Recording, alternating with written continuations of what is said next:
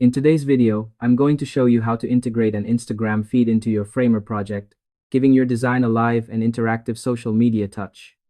This simple step-by-step guide will walk you through everything you need to know, so you can display real-time Instagram updates directly inside your UI without any hassle.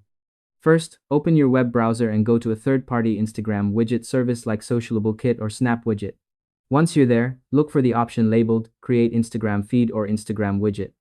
Next, click on it and follow the setup instructions to customize the feed layout, appearance, and functionality to match your design style. You'll see several options that help you control how posts are displayed, how often the feed updates, and how it fits visually with your project. Once you've completed these steps, copy the embed code or URL provided by the widget service. After that, open your Framer editor and go to the Insert menu at the top of the screen. Look for the option labeled Embed and drag the embed component onto your canvas where you want the Instagram feed to appear.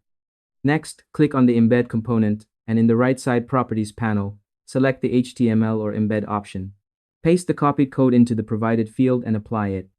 After that, you should be able to see your Instagram feed appear directly inside your Framer design without any interruptions.